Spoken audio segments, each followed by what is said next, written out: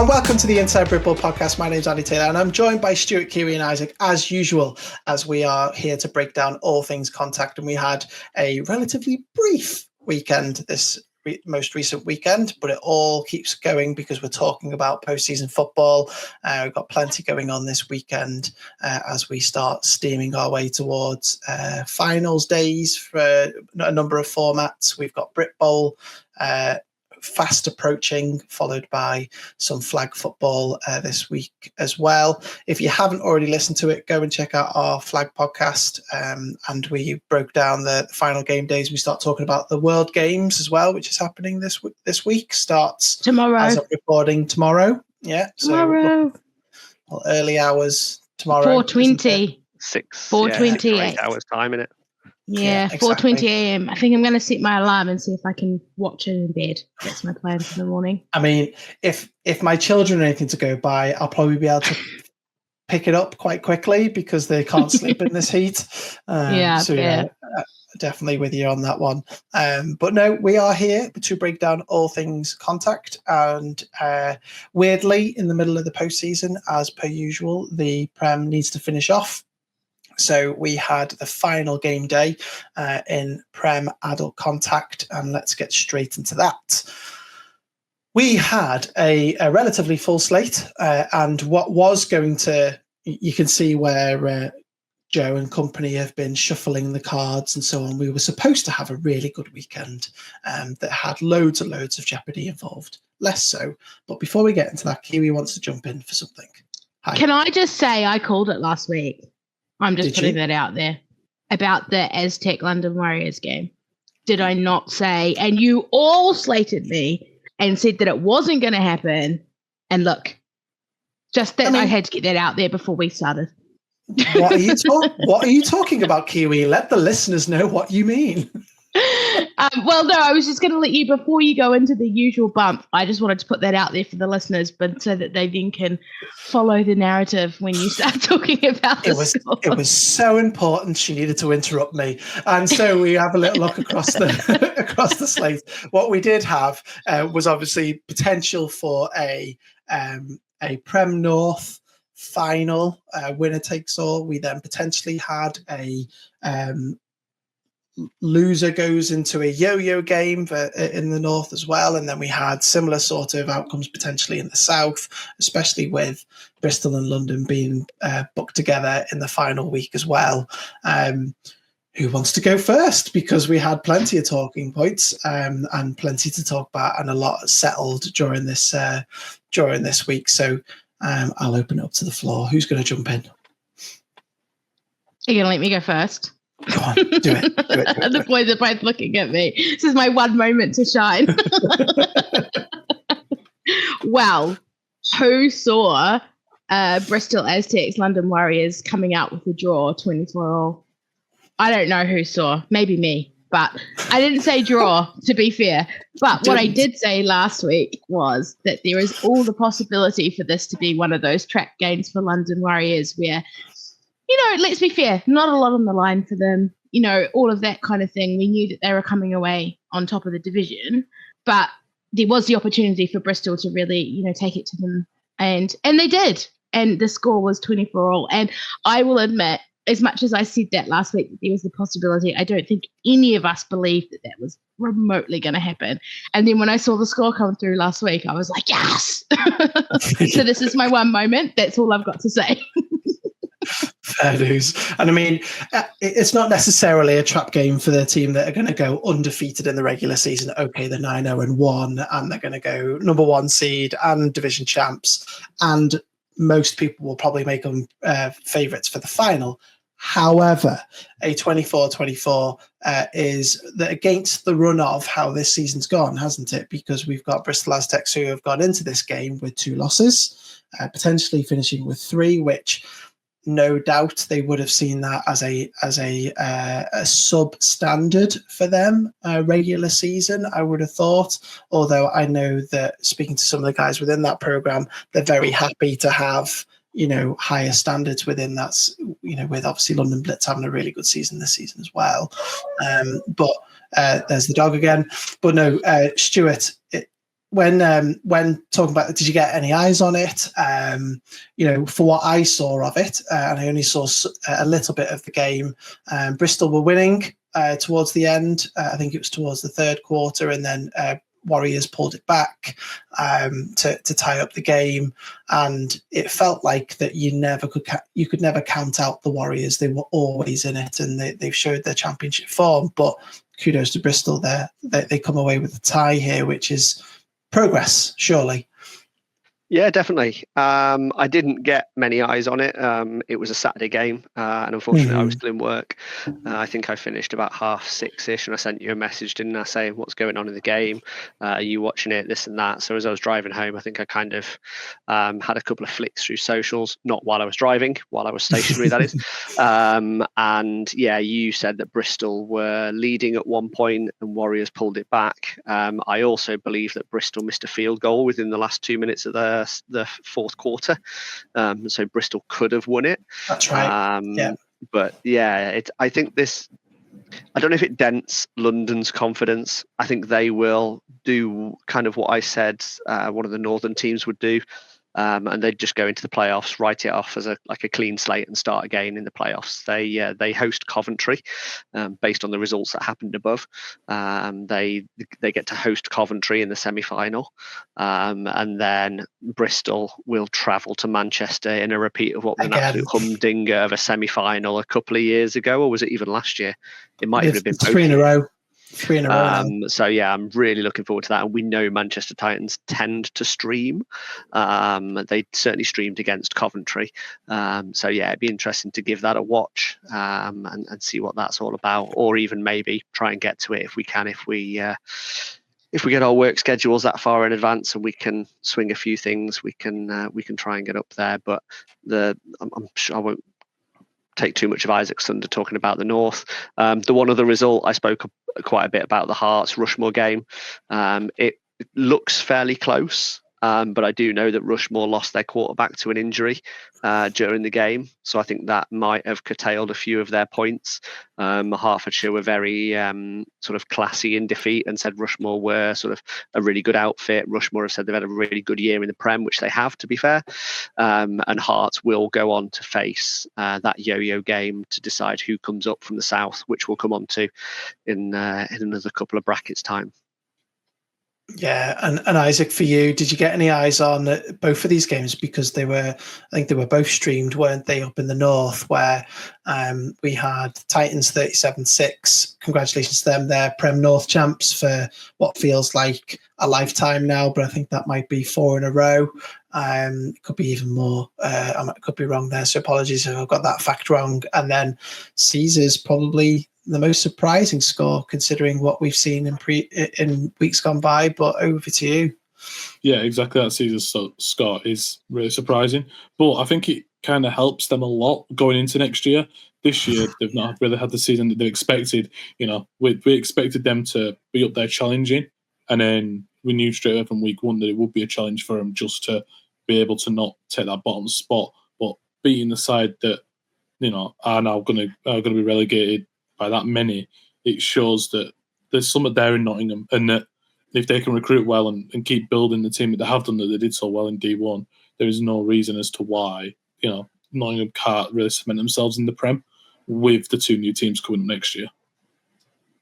Yeah, that's a really good point. And I think one thing was not so surprising is probably the result that happened in Manchester. What's probably the most surprising is the difference in the score, considering that that's a big turnaround, isn't it, in points, really, compared to the victory that Coventry got earlier on in the season. But Manchester have done it again, where they've managed to find that 32, 33 points that they're always aiming for, and their very stingy defence has kept Coventry to 6, and gives them a bit of momentum going into hosting Bristol, which will be obviously a huge challenge, which we'll preview in a few weeks' time, won't it?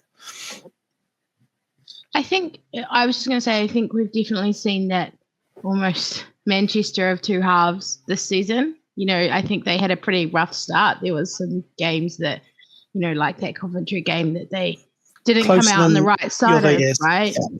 But then as the seasons got on, they've found their form. Again, we'll get to it when we talk playoffs, but what we get to see now is this, gulf between North and South still there, or are Manchester improved enough in this season to challenge those South teams? So, but they're hitting their form at the right time, right? So that's what we want to see, is teams doing well at the end of the season. Mm-hmm. It just goes to show that the program that they have in Manchester, isn't it? Because, I saw a couple of comments around rebuild, and I'm sure we were in that conversation about, is this a rebuild season? You lose your starting quarterback, you lose some key players across defense, wide receiver core, running back, etc., head coach, different OC, different, DC, pretty much remains the same with the head coach promoted. And that's a challenging thing to overcome for any program, but Manchester have ended up still finishing 7-1 and Prem North champs, and kudos to them for being able to do that and find themselves in the exact same position that they found themselves in the last 3 seasons. So for 4 seasons. So well done to them. And London Blitz, they've rounded off what they would probably say is a really, really good year when you're comparing it to last year, right? They finished 7-3, half a draw behind the Bristol Aztecs. That's some season for them, isn't it? Finishing off the season 46-3 against Cambridgeshire. Little nugget from Cambridgeshire that came through the wires: 52 roster movements in the off season going into this season. That's something to overcome, isn't it, for them? And we hope that they can find their footing and recruit well and come back stronger next year, because they had a really good season last season, didn't they? And hopefully we'll be able to see them back again strong next year, where they'll be joined by one of these southern teams, potentially, whether that's Hertfordshire or the winners of what we're going to talk about in a little while. Any other notes here? Looking forward to those matchups. So certainly the Manchester-Bristol one's going to be interesting. A side that's only conceded 4 points a game against a side that scored over 40 points a game. Something's got to give there in that matchup, but we'll obviously preview that down the line. Awesome. Let's have a little look at D1. So we're into the postseason with Division 1 in the North. We've got the final, haven't we? So we've got that final that doesn't really mean much as it would have done in another year. So if we didn't have Newcastle's automatic relegation, if we didn't have Edinburgh pulling out on the eve of the season, this would mean a lot more, wouldn't it? But nonetheless, both these teams are promoted to the Prem. But let's talk about it still anyway, because it's an off-season momentum sort of point, isn't it? It's a chance to give new people some reps, potentially. Isaac, how do you see this going? What do you think each side's going to do? I think it's a game that both sides will want to win no matter what. Yeah, they're both in the Prem next season, but still having that title of Division 1 North champions means a lot, and especially when you can carry that into the Prem, it gives you a bit more of a status in the division. You got the Scunthorpe Alphas, who have been strong all season long. Apart from their 2 games against the Yorkshire Rams, they've been far and away one of the best sides in the North. And then you got Merseyside, that really until the end of the season wasn't clicking, and then all of a sudden they've just found something in this postseason and gone on an absolute incredible run, beating 2 division champions. So it's really, really strange what Merseyside have done, but both sides are going to want to come in this winning, and seeing themselves carry that momentum into the Prem. And let's be clear, Merseyside have already lost twice to Scunthorpe, right, this season. Like, that's not to be overlooked. And what we're really going to see here is also, have Merseyside really found some amazing form, or was this division just super tough compared to the other divisions maybe, and they still have, a third loss to Scunthorpe at the end of the season? We'll know this after this game, because we've kind of argued back and forth about whether the game was the division was tough, but we've seen them overcome the Yorkshire Rams, who they also lost twice to in the season. So I can guarantee that Merseyside are going out there to prove a point that they deserve to be in the Prem, and they'll be gunning to win this game. Yeah, I've no doubt about it. I don't think the coaches that are around that squad at the moment would allow anything less, and certainly some of the leaders that they have within that team that I know personally well, they're going to expect a lot from every player within that organisation and in that team.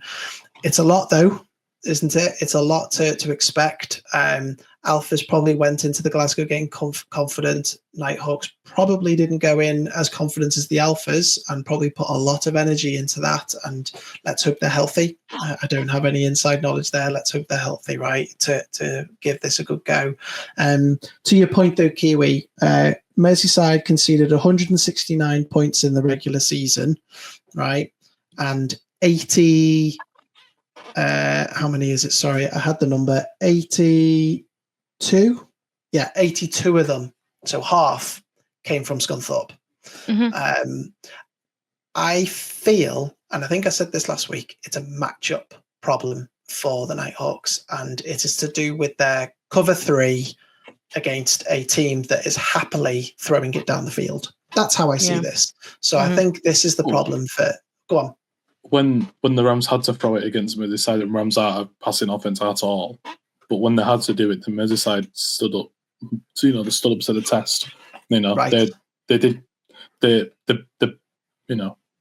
were more than confident just to be able to just wait in the zones, and as soon as someone comes across them, just hit them. And it's going to be hard for them. It is against the Alphas because the Alphas will have that momentum of thinking, we're beating them twice anyways. But I think Merseyside, they could prove a shock, like they did against the Rams.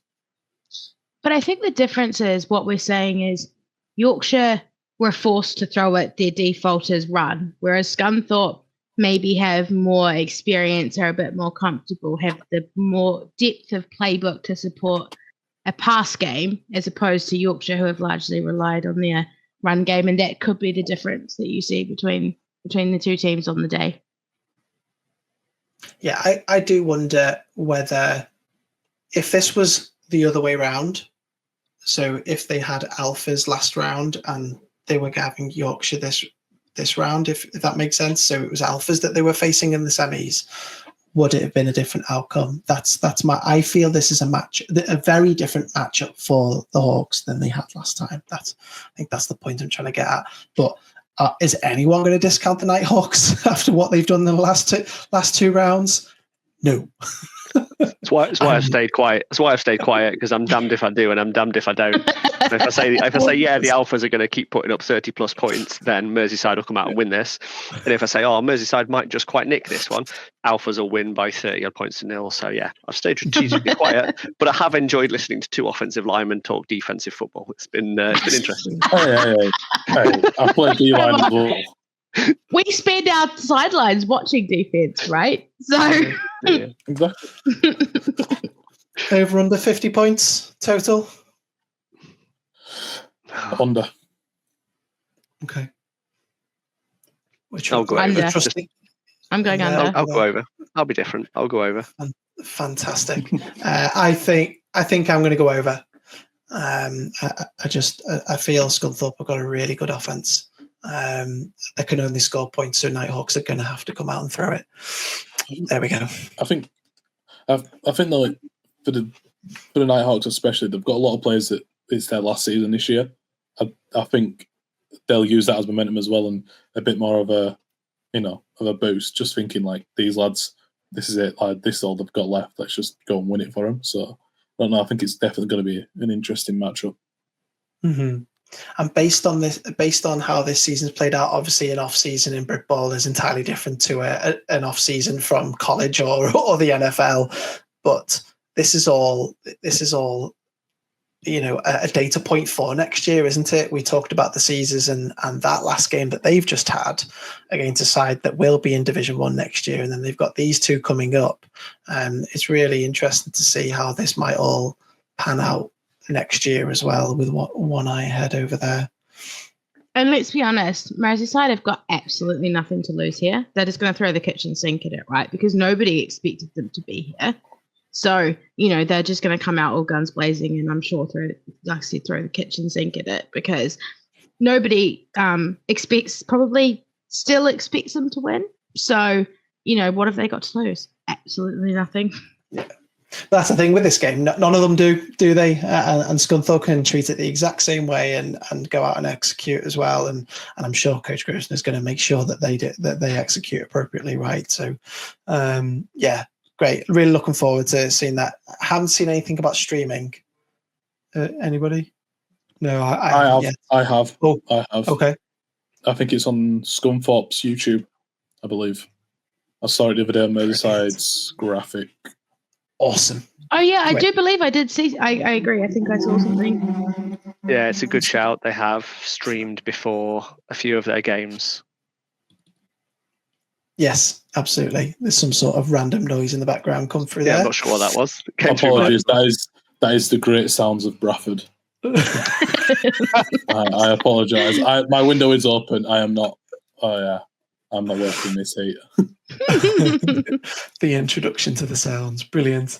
Let's move south then, because we've got the horses, the horses who are facing up against each other, aren't they? So we've got the Stallions versus the Mavericks, East Kent and Wembley, facing off for that chance to go and play Hertfordshire, because that's what's at stake in this game, isn't it? It's much more trepidation for the teams taking place.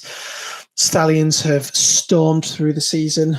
Did we? I can't even remember whether we collated their overall stats in the end. But what's that? 450 points scored over 9 games. Complete insanity. We've got 43-ish points, 53 points conceded over those 9 as well. That is domination, isn't it? And they find themselves against East Kent Mavericks, who we know are a classy outfit. And they had a Oscar-winning performance in that movie that was the 3-parter against London Olympians, where they came out overtime winners against them. What are we expecting? What do we think what's gonna be the key to this game? I see Stuart's unmuted. What do you think? Yeah. I muted myself because I was quickly flicking through to see what this game has been dubbed as. And our friends over is it some kind of horse bowl? They put it as the Rumble at the Ranch. Okay, fair. Is what Depth Chart Sports have called it. I was going to say, before you say, Stuart, I will let you have your analysis, but I was going to say, I feel like we just need horse puns. Like, there's so much opportunity for there to be some kind of puns about horses here. Hence, obviously, the ranch reference. But sorry, anyone who's listened to the Flag podcast will understand we've become a fan of puns of late. I think you've had a bit of a mare there. We won't carry on with that, don't worry. Anyway, our friends over at Netchart Sports are live streaming it.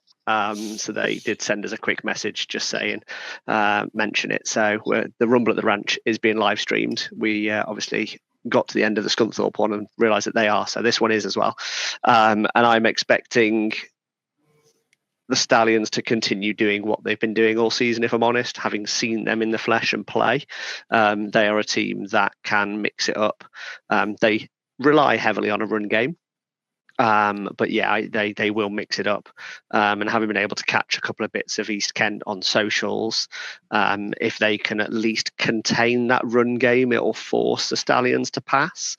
And I think the Mavericks, interestingly, there was a little side note from their previous game against the O's that we found out, or I found out. I don't know whether you guys will have seen it. But if Stallions have done their scouting, there's a couple of little tells on a few of the East Kent plays. So hopefully they might have sort of spotted that and seen that, there's a couple of bits there, knowing when or which pass play is coming. But you never know. They might have tweaked that. They might have noticed it themselves if you self-scout well enough. And at the top of Division 1 with teams like this, you tend to do fairly decent self-scout as well. So I think they may well have... Yeah. So you probably will have got rid of those tells, and hopefully we see a competitive game like we did in the semi-final with East Kent, and they managed to control the Stallions, and we're left comparing really good games next week, rather than just going Stallions took care of business, which is what we seem to have said after most of their games this season. Mm-hmm. I just hope that the duck's there. Personally, I want What's that? The duck. I want a duck I want another animal to run across the field this week. A horse. A horse. I want a horse. We need a horse. Both sides need to, when they're doing when they've done the card check, the last player has to jump on the back of a horse and ride down the tunnel on the back of a horse. Or they need to be led out by someone on a horse with like a flag, right? This is what I'm like we're in America. This is what I want. It's like the Oklahoma Sooners. They have the horse with the Sooner wagon behind, don't they? Exactly. Just something like that. Just get two knights or two horses coming out. Halftime jousting. A darker horse and a lighter horse because of the logos, Or what you do is you get like them horse costumes and get like two of the players to race. Doing like two people costumes, like 200-yard dash. I love how we've gone from like full-on American like horses to like what's the Brit Bowl equivalent? Let's just dress some dudes up in a horse costume and make them race. It's like British stag do sort of esque, isn't it? That sort of stuff. Or you get them like the wooden horses and like ride. Like the kids ride on horses. On the like stick thing and just get like people racing on them. That'd be so cool. We have lost control. Let's bring it back. So to give us a few stats to kind of compare to. So we've already talked about Stallions who have been winning games by around about 48 points a game, only conceding 24 points across the entire regular season. That's 3 which is points mental. It's insane, considering one of those made the playoffs, and the other one is a London Blitz team. East Kent Mavericks, still relatively dominant, 16 points MPPG, so that's still a 2-touchdown favourite across their games. Their only loss coming to the London Olympians in week 2, way back when, feels like a long time ago now. Scoring 28 points a game, conceding 11 points a game. It's the toughest defense the Stallions will come up against. We don't know how they will fare cross-conference. Obviously, we will find that out. We've had an idea of how good the Stallions are because they faced the Solent Thrashers and they've done really, really well against them. But what they do have now is an experienced team, a team that's been here, done that before, and they're facing off against a dominant team. Stallions have got one more to do, really, haven't they? That's what they'll be looking at, I'm sure. Any chance of complacency? I doubt it. Anyone gonna bet against the Stallions? Oh dear. I'm not gonna put my neck on the line now. I don't think any of us would be willing to take that bet. I don't know what to do with that.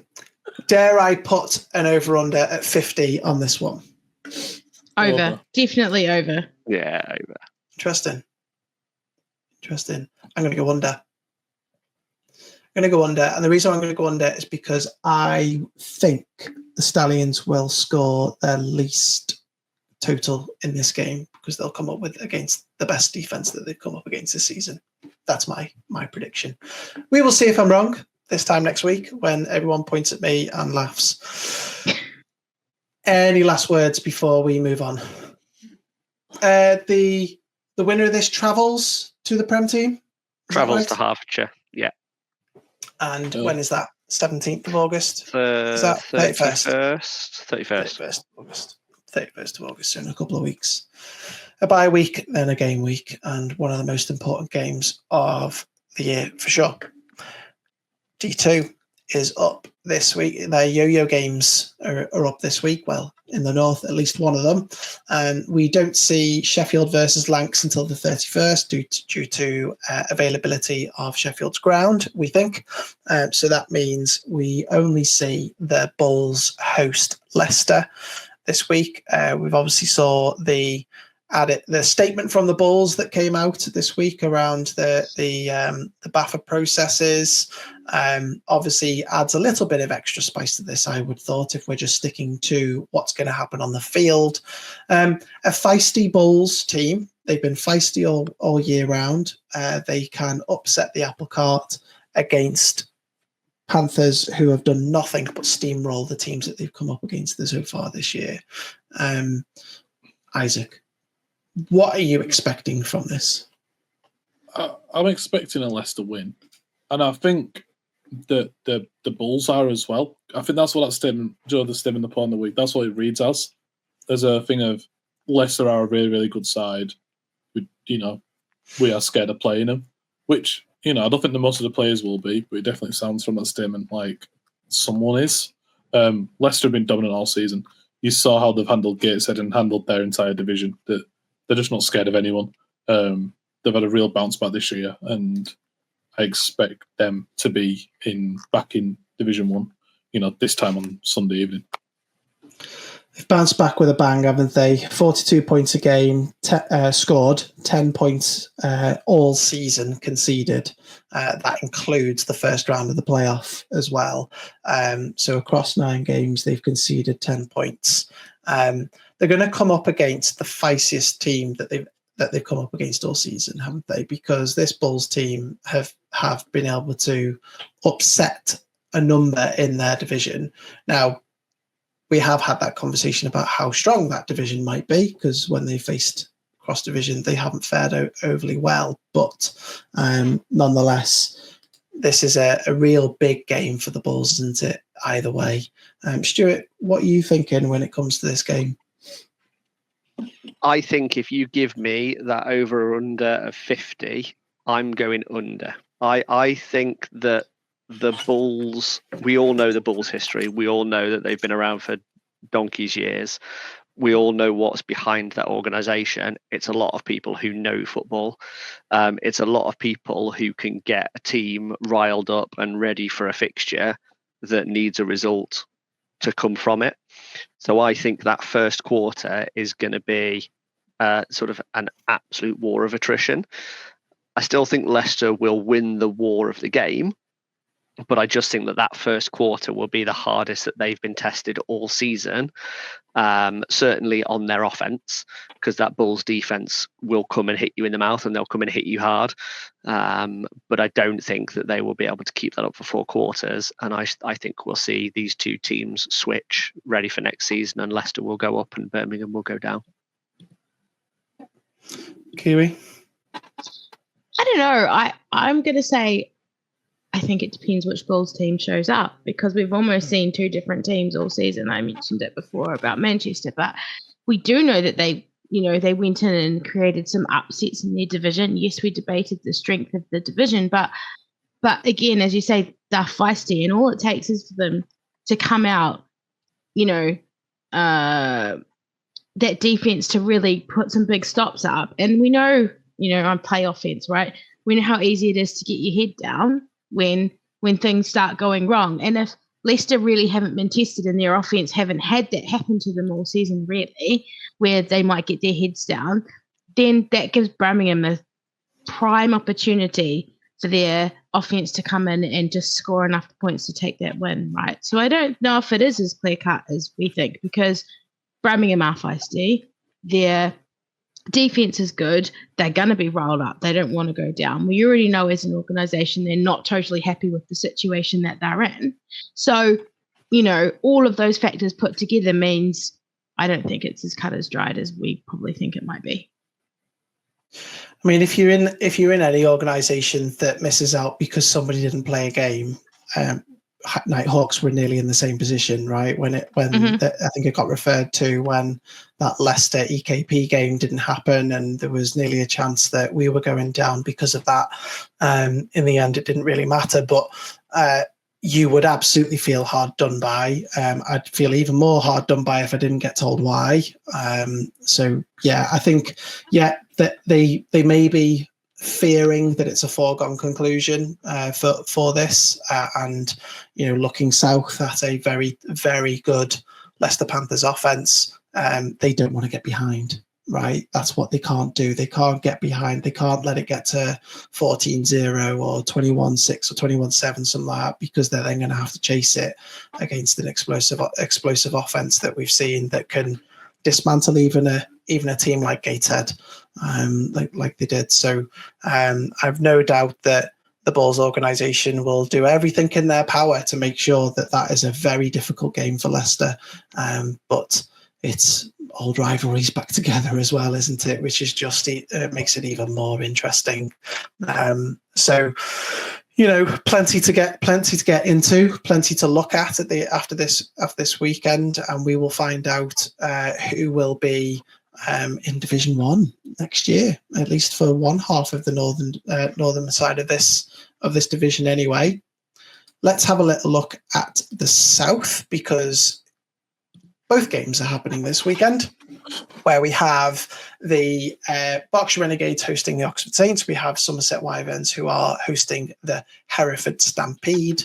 And been thinking, obviously, Somerset, we'll be looking forward to see if they score, obviously, which we've obviously had a relatively unfair side joke, but obviously it's been something that we've been cheering on. But where do people want to go with it? Stuart, I'll give you first dibs on here. What where are you thinking this might go? Are we going to see any upsets? Do you feel as if it's a bit closer than what we're talking about in the north? Take us through it. Specifically the Somerset game, probably not. I think the closest game out of the three will come from the other one. I think if Berkshire of early season turns up, I think we could see a much closer game in that one. Don't get me wrong, I still think Saints will travel and probably do what they've done all season and sort of take care. They've got a really balanced squad, a really well-run squad, organisation. I think they'll still travel, and I still think that they will beat Berkshire, but I think that'll be the closer of the two games. Somerset, they've had a really tough season, right? We've already sort of documented and highlighted that. Hereford are a team who kind of yo-yo between Division 1 and Division 2 usually. They came down after an 0-8 season last year, so it'll be interesting to see. I know that they've built quite a bit this year, but they've built from players who are or have played for local clubs around this area anyway. So they've got experience, but they may not be in the prime of their career, shall we say. They do have several athletes who will win the game for them, ultimately, in my opinion. But yeah, I think they've just got a little bit more experience, and I just think that will win the game for them. And in Taunton, I think it is, they play, isn't it, Somerset? Mm-hmm. Yeah, they do. My issue with the home teams here, and obviously the home teams are the ones who are fighting for survival in Division 1.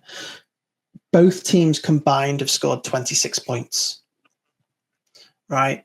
And we obviously know famously, Coach Gibbs, Somerset only scored that one touchdown against Southern Thrashers. So I think that's the issue here, is that these are not offenses that have you have to score points in American football now, unless you get a game like Berkshire had against London Blitz where they beat them 7-0.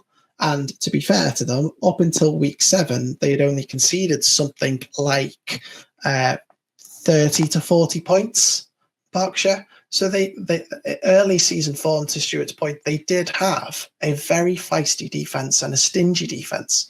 And then towards the end of the season, it went a little bit more pear-shaped, with a number of 40 points getting put on them, including 65 by Stallions. So, is it injury that's caused that? Is it, people finding them out? Who knows? But that's my biggest fear for both of these home teams, that they're going to have to find score points unless they've got such stingy defenses that they can contain these offenses. But there's no evidence to prove that, is there, other than a 7-0 away win for Berkshire against London Blitz B in week 1, which was a long time ago now, wasn't it? So that's my worry here. Anything else from anybody else? No. Totally. So are we doing? To be fair, I got super confused with the logos for a minute, because we usually have the colours, and they just look completely different. It took me a minute to kind of figure out what was going on this graphic, but I'm good now. I've got it. It was the extra score at the top, and then I was like, wait, hang on, let me just get my head back to what this actually means. I think you were away the week. I think you were away the week that we discussed that game and the fact that the losers highlighted because they're going into the next round, and it baffles my brain, and I create the bloody graphics. I was super cute. Like for about half of that conversation, I was still in my head going, "What does this actually mean?" But I'm good.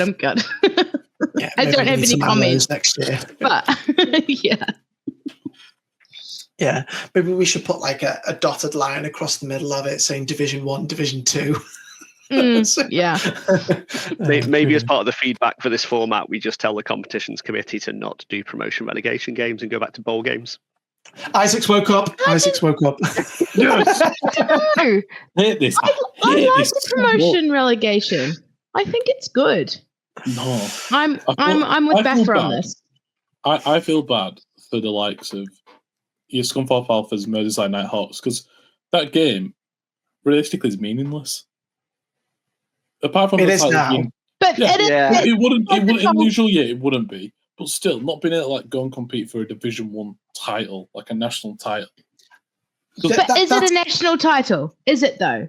And maybe when this is the ongoing debate, right, of why this is, we've got different opinions on it. It's a can of worms you've just opened. Thanks,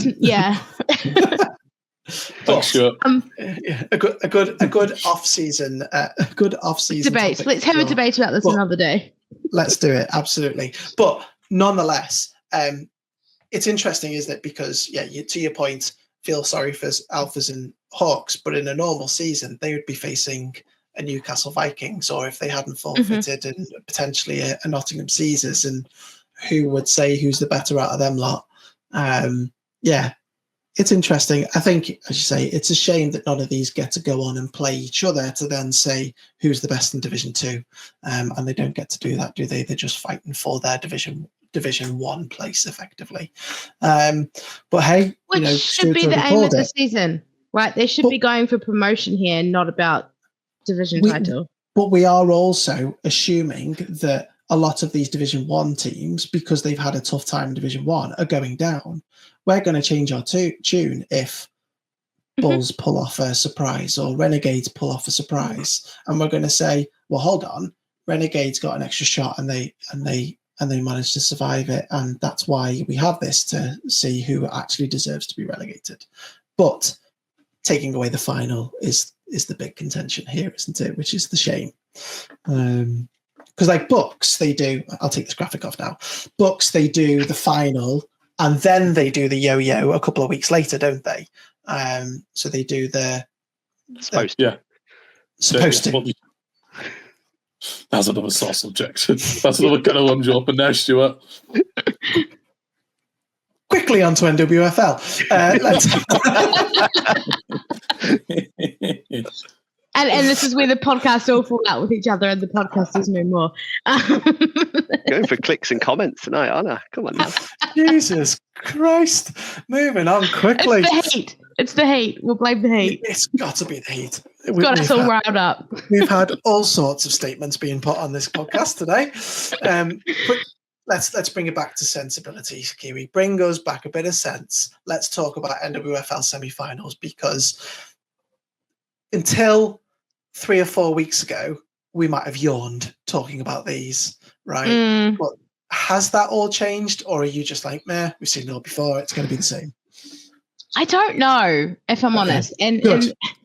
I'm on the, bring in the expert. She doesn't know. I'm set on the fence, if I'm honest, because look, Solent are going into this off the back of that massive win against Birmingham, right? That none of us saw coming. Some of us did mention it in the podcast. I'm 2 from 2 in that idea, but anyway, you gave it the name of Trap Game, but it was my idea.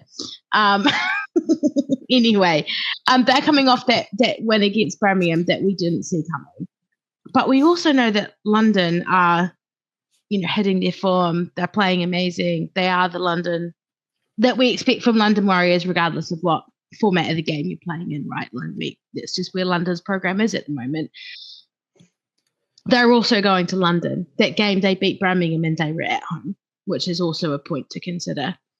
I would be surprised if Solent can beat London, given the scores that we've seen. They've played each other twice already this season, right?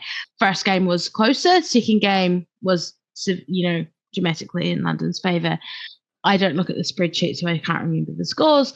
But, it was definitely a resounding victory in that second game for London. So on that side, I think I would be surprised, but I wouldn't completely discount it. There is a small chance that Solent are riding high off that win against Birmingham and can come in and upset the apple cart. But the form of London, I think, makes that unlikely at this point. My biggest take on this game is that one of their best players is in China. Yes. Their wide receiver, whose name escapes me, and it's killing me. I tried to Google it quickly while you were talking. I'm very sorry. Number 88. I always single her out because she's so quick. She plays for the London Flame, if I've got the right nickname. Incredible wide receiver. I'm pretty sure I've seen her on the defensive side as well. So that's a very fast, over the top wide receiver. That's over the top as in like of the defense. Wide receiver who's not playing for them this weekend. So how much is that going to affect them? I don't expect it to affect the London Warriors that much, but if you take a star like that, a GB caliber wide receiver off the pitch, it's got to have some sort of say. And surely Solent are going to, you can say I'm still learning how to pronounce that properly. Solent are still are going to probably take a little bit of confidence from that, and definitely tons of confidence from beating the national champs for sure. What about the other side, and I think that's where. No, I was just going to say, I think that's where, Solent are coming in here riding high. And again, a bit like before, they've really got nothing to lose because probably nobody really expects them to win. So again, I expect them to go out and be fiery. And we know that they're solid in all areas of the pitch, just like London are. I think London just always seem to have that edge on everyone, especially at this time of the season. On the other side, we've got Birmingham in position 2 versus Teesside in position 3. Arguably the closer game, but again, we've seen this played out twice this season already. The first one, again, closer. I think 12-8. It was just, I was going to say less than a score. And then obviously the second game was significantly more to Birmingham. 30-6. Yes. So, again, I hate to say it, but I'm not sure that Teesside can build back from this. Sorry, my dinner has just arrived. Therefore, your target is going mental. Sorry, 1 second. We're good. So I think, again, Teesside have probably proven us wrong. Not wrong, but have proven that they are a good team. They've improved. We've talked about it quite a lot on the podcast. I'm going to say off-season recruitment and the growth of the team and them all around being, a sound organisation that has been building for several years on the back of, success at 7s, growing that into 9s, a few seasons at 9s. We are seeing the fruits of those kind of labours coming out of Teesside. And again, they gave Birmingham apart from their loss to Solent, their closest run in that first game of the season. So, maybe we can see something. But I think, again, Birmingham are proven. They've got how many national titles? Did we say it was 9? I can't remember. Stuart, how many stars? Was it 9? 7. 6? 7? A lot. A lot. A Dominance. lot. And until 3 seasons ago, hadn't even lost a game. So, I think it's a tough ask for any team. Birmingham know how to get it done. They've been doing it for seasons. So, again, I'm not expecting an upset on this one either. But if there's ever a season, right, it's this season when in regular season they've lost twice. So let's have a little look towards Oxford, who will play the host of the finals for the NWFL 7s. So this will be a semi-final followed by a final on the same day, usual game day for a 7s final. We've got Peterborough playing against Cardiff, who snuck in on that final game day, and then the mightily impressive Kent Exiles in the final game day for sure. We've seen this fixture before this year as well, haven't we? And they're facing the Hertfordshire Cheetahs, who will be disappointed with how they finished that regular season. But yellow cards didn't count in this situation. So they find themselves there in the finals, which is great. Take us through this. What are you expecting? Are you expecting... who do you reckon will be in the final and why? Peterborough for sure. I think Peterborough have proven that they are, been dominant since they've come back down from nines. I think there was a blip, shall we say, a couple of games. I think they lost that game to Hertfordshire. But then coming on to the other, but then I think coming on to the other side is we've seen a Hertfordshire of two halves of the season, really, because they came out storming. They beat Peterborough. They, showed that they are as good as the team that lost in the final minutes to Caledonia in the Sevens final last year. They proved that steam is still there. Obviously, the last game day, and I'm still not entirely clear whether it was player availability, injuries. I think they travelled with a small squad, but they obviously forfeited a fixture, lost a game that we didn't expect them to lose. So I think it depends on whether Hertfordshire have all their players, have any of those players that were injured, are they back? And can they come out and show that they're the Hertfordshire that we saw at the start of the season? Or, are they at a point where they're just really struggling and we might see Kent come out on top? Because I think it's entirely feasible that Kent could beat them, especially if it's the Hertfordshire that turned up on the last game day. So I think that's probably the game that I would think is there's more chance of it being either way. And to that point, I don't think I would call which one of those teams would go through because I think it really rests in what team from Hertfordshire shows up in this game day. It's interesting with Hertfordshire because we're clearly keeping them up there on a high standard because of that victory that they got over Peterborough. But when looking at their performances in terms of points, obviously that's really the only statistic that we got. Their MPBG is minus 0.3. They're effectively in every single game, whether they're winning them or not. So it's very interesting to see this. And then you look at Kent who are winning games by about 10 points on average. So it's very interesting, isn't it?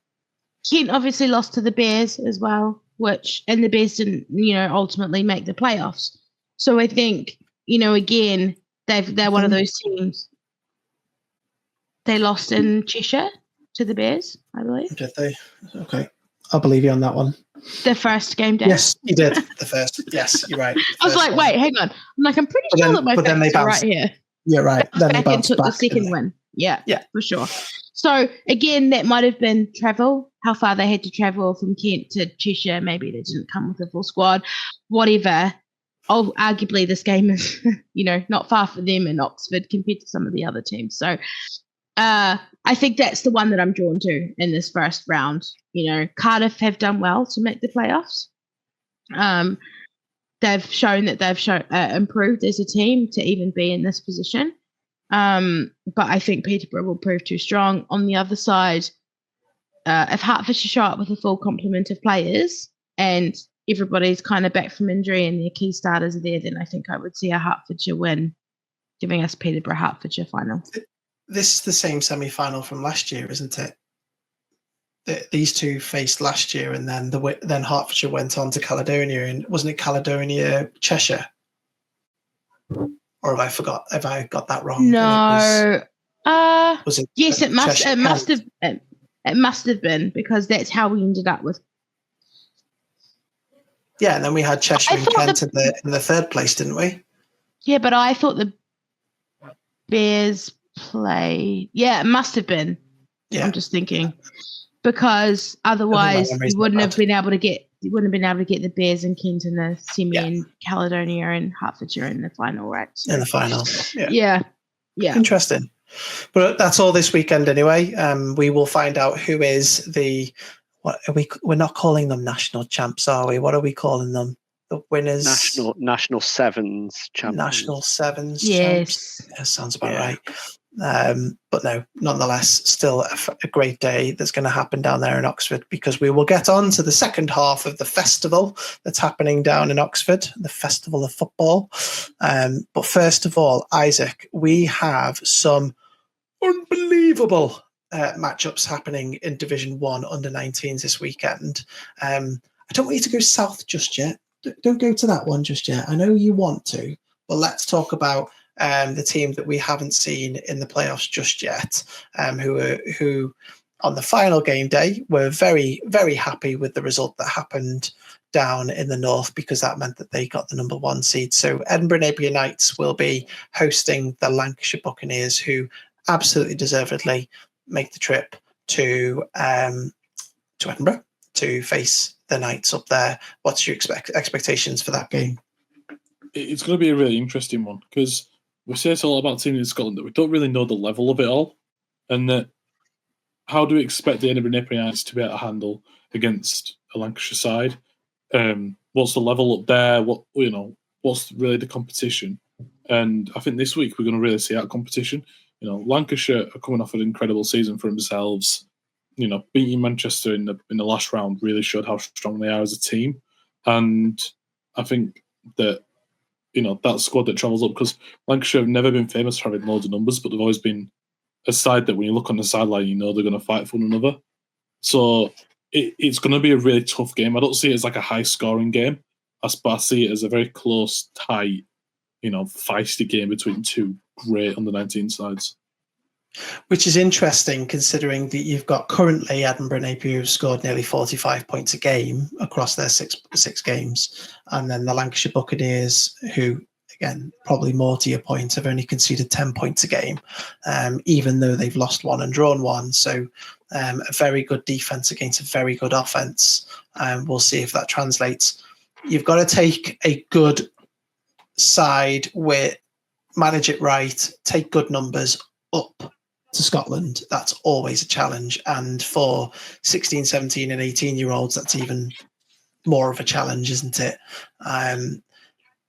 Lancashire Buccaneers don't remind me of the Nottingham Caesars of last year, who travelled up to EKP and caused an upset in this game last year, but I don't want to take it away from what the Lancs have been able to achieve, really, because to get to this point, I'm sure that the people involved in that programme are really happy to be even with a chance, and you just know Coach Stoddart and co are not going to take them lightly, that they're coming up north of the border up there, are they? Go on, take us south. There's a cracker happening in Rushmore. Yeah, it's possibly one of the biggest games of the season, isn't it, really? I think that whoever wins this game is going to be favourites for the final, really. I think you look at the Rushmore side, they have been so strong for the last few years now, and that they just somehow keep producing top talent on every single level, and it's remarkable how they keep doing it.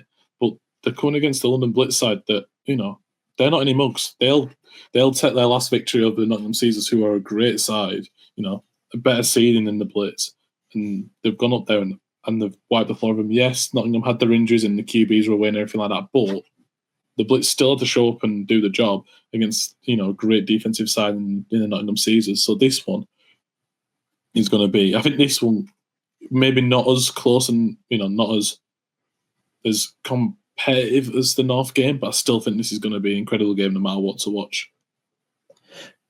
More points in this game than in the North game, do you think? Yeah.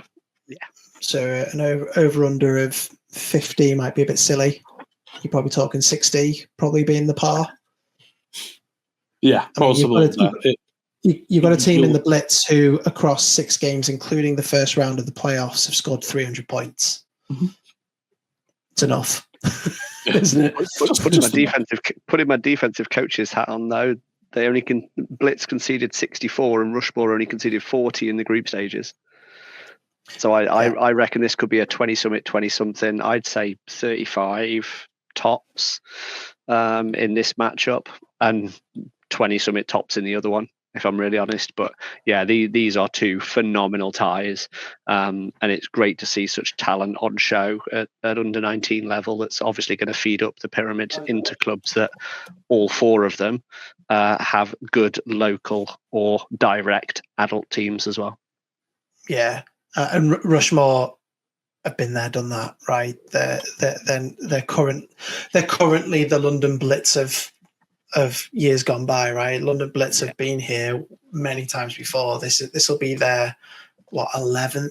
It'll be something like 13th in 15 years or something stupid like that. Where, if they get to this final, which is just mental to think. But Rushmore want to be that program now, don't they? And you wouldn't put it past them. But what a game! I haven't seen any streams, which is just a real shame, because I would love to watch both those games. They would be unbelievable to be able to watch it. Maybe it's something we should be doing. Right, under 19s Division 2. In the other half of the finals day happening down in Oxford, we've got the Div 2 finals. So the final game day shook out the South East Legion, who are going to be facing off against the Poole Dolphins. What a game that's going to be, against a game that you will be paying close attention to, I'm sure, Isaac, in the Yorkshire Academy Assassins versus the Wembley Stallions. Go on, talk about your beloved Yorkshire Academy Assassins then. What are you expecting? Yorkshire all the way, national champions, is that what you're expecting? I mean, that's what I'm hoping for.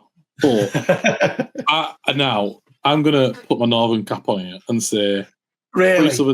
Three Southern teams. Have you taken it off?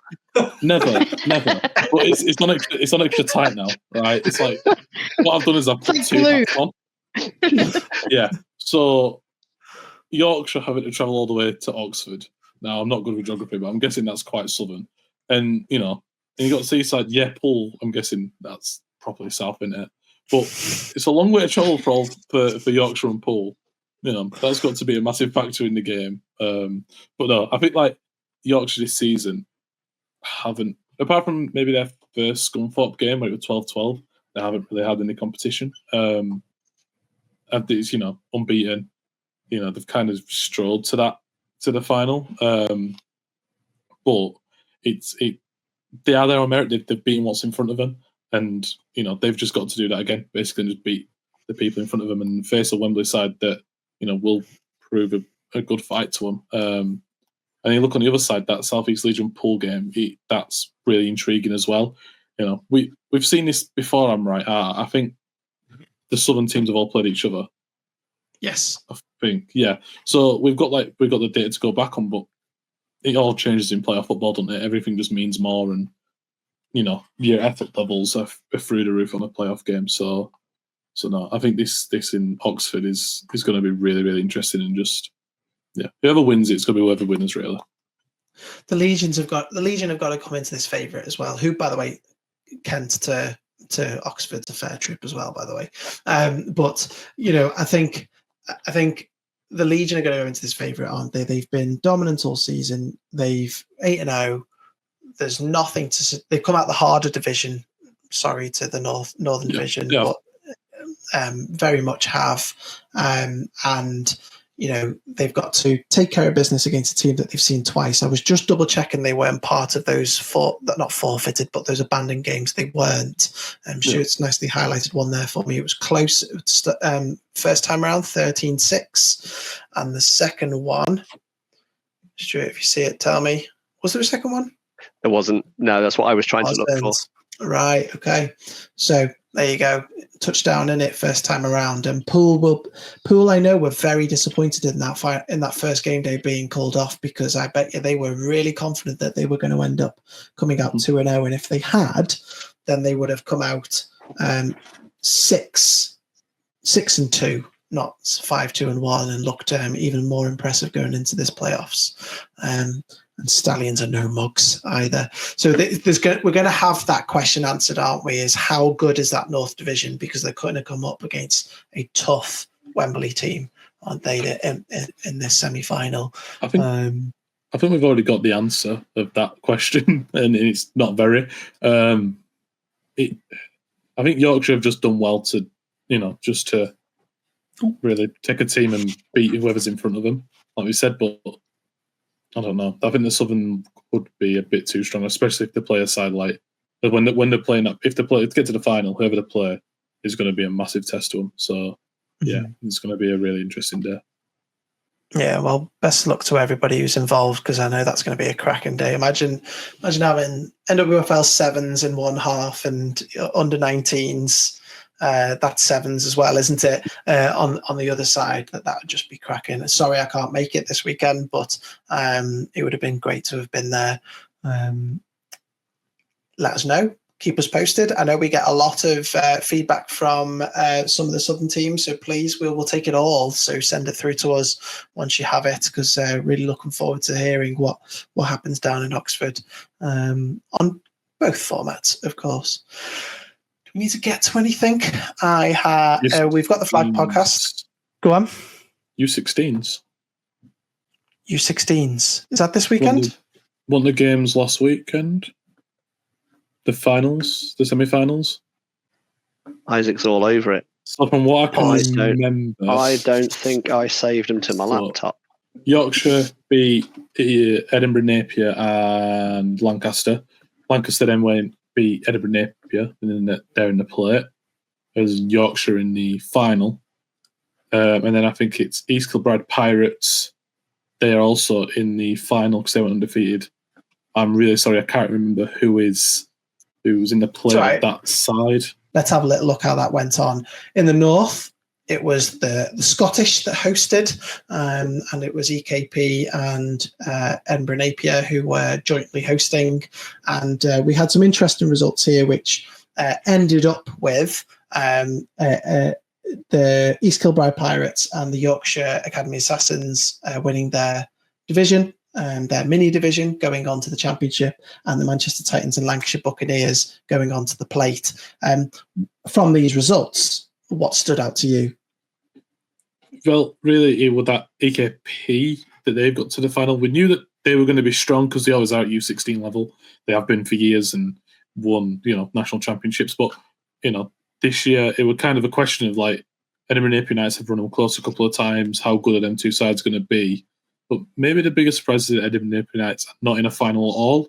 We came thinking they've only lost to EKP. That could be huge for them. It could just be that them two games ain't really shown up or whatever it could be. But they lost both their games and now, unfortunately, don't get any more playoff football. The Yorkshire Assassins returning to the final since the first season I played for them, where we finished third. So that's going to be massive for them. And then the Manchester Titans as well. They rounded out a great year by going to the plate. So it looks like a great tournament all around. Yeah, 100%. I mean, I think probably the Napier Knights are going to be disappointed, but they did go in there as the lowest seed, didn't they? In the end up, so maybe the expectations wasn't going to be too sky high there, but certainly in terms of seeding, the Titans overtook the Coventry Phoenix in that sense, didn't they? And they did that by taking care of it on the field, and they were only separated by 4 points in the end. So I'm sure the Phoenix will be disappointed with that, but nonetheless, to see the Titans go to another final is no surprise to anybody, is it? But EKP are clearly no mugs, and they're going to go to that final into the championship bracket to take on some of these southern juggernauts, should we call them? Because we'll have a little look at that now. We had any surprises? Probably some surprises that we'll probably touch upon. But really, to see the Kent Exiles, who had dominated all season apart from that final game day, to go on and dominate again, and then Rushmore to come out 2-0, and we see both of them go to the championship. That's probably less a surprise. But Isaac, to you, we probably had a little bit more high hopes that Swindon would be a little bit more of a challenge for Kent, didn't we? Yeah, but we also raised questions about their division as well. And to me, it's a surprise that they got to the plate. And I thought they're playing Hertfordshire in that first game, who in U16 level have been to the final multiple times as well, and they've got that pedigree of getting to the finals. And then they handled business in the first game, meaning they at least get a final, no matter what it is. Then I can't. The Oxford Saints as well, who on home field, I think. Yeah. So they've handled the business there as well. So no, it looks like the two that we'd expect to go to the plate. Well, maybe not expect, but we'd hope would go to a plate final. They've definitely gone there, and the two we expect to go to the championship has gone to the championship. That's the biggest surprise there, isn't it? That Northants Oxford Saints game. I don't think we'd received that. I think that was the only game that we were waiting on, the only result we were waiting on towards the end. And we were like, honestly, and I'll put my hands up, I was just waiting for Northants to tell me what score they won by. And then to find out that Oxford Saints had won, I was actually really surprised by that. And I think well done to Oxford Saints for getting that done, because this is a Northants team that have performed very well at both under 16s and under 19s for the last few years. And Oxford have always been there or thereabouts. Oxford came into this 4-4, right? They only just made it into the finals. Northants was 7-1. Again, probably a case of strength of division, but nonetheless, Northants will probably be slightly disappointed that they weren't able to get to the plate, at least knowing full well that they were coming up against the Rushmore Knights, who have proven once again that they are the team that are going to be a tough out in the final. Stuart, do we know how these are lined up yet? Have we had that confirmation as to who's going to be playing who in the semi-finals? I think we do, don't we? We do, yeah. So the National Championship semi-finals are going to be East Kilbride Pirates versus Kent Exiles and Yorkshire Assassins against Rushmore Knights, which are two juicy semi-finals. And then the plate is Lancs Buccaneers versus Oxford Saints and Swindon Storm versus Manchester Titans. And all of the fixtures happen on Saturday, the 30th of August at Sheffield Hallam. We've seen a few things, and then they obviously filter down. There's going to be a national final, a plate final, and 2 third, fourth place playoffs. And there is potential, I believe, the last couple of years, I think we've seen streams of just the finals. We'll keep our ears to the ground and hopefully hear more details about that as they come out. Superb. What matchups they're going to be. I'm looking forward to previewing that because there's some juicy ones in there for sure, isn't there? Brilliant. It's just great to see, the competition that we have even at that level in this country that's growing, which is great. So thanks for joining us this week. It's obviously great to break all that down, and we're really looking forward to this weekend to see what comes about from the postseason. Before we get out of here, is there anything else that I've missed? We've talked about World Games. That's ongoing at the moment in the flag world. Head over to our podcast there. We've got a nice Brucey bonus coming sometime this week as well. A nice special guest interview that me and Nick are going to tackle. Anything else? I think the only thing is that it's A-level results day tomorrow. So good luck to everybody that's getting their results and obviously firming up their positions at universities. If you don't get your preferred results, it's not the end of the world. I know that I went through a couple of different processes before I got into my university. So if you are listening to this and you don't get the results, it's not the end of the world. Isaac did a piece on clearing about how to get into university and the clearing process. That's still on the website, and we may well share that again over the next 48 hours as people get results and think, yeah, I'm in, or no, I'm not quite in. And then on the back of results, we've got fixtures, because I've managed to get all of the books fixtures put into pretty neat little tables. We'll go from results day to fixture day. I'll get those shared out with you the back end of the week.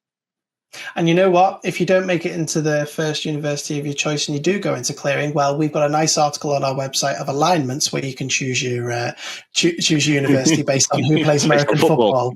Exactly. So that's a nice one for you to go over and have a little look, because that's what we're here for. We're here to provide a service to the community, and we can tell you which universities you should be going to. Forget about academics. We need players. Please. Desperate players here. You need a team first, don't you? Yeah. In contact with books is how it's described, isn't it? Exactly. Brilliant. Smooth. Awesome. That's everything, I think. So once again, thank you very much, Stuart, Kiwi and Isaac, for joining me to break all that down. Thank you for those who are listening and those who are watching. Please like and subscribe. Please leave a 5-star review. All of it will help. And we will obviously be back again next week to break down this weekend as well, and look forward to the weekend ahead, because it keeps on going up until Brit Bowl in a few weeks' time. So take care, everybody. Catch you again soon.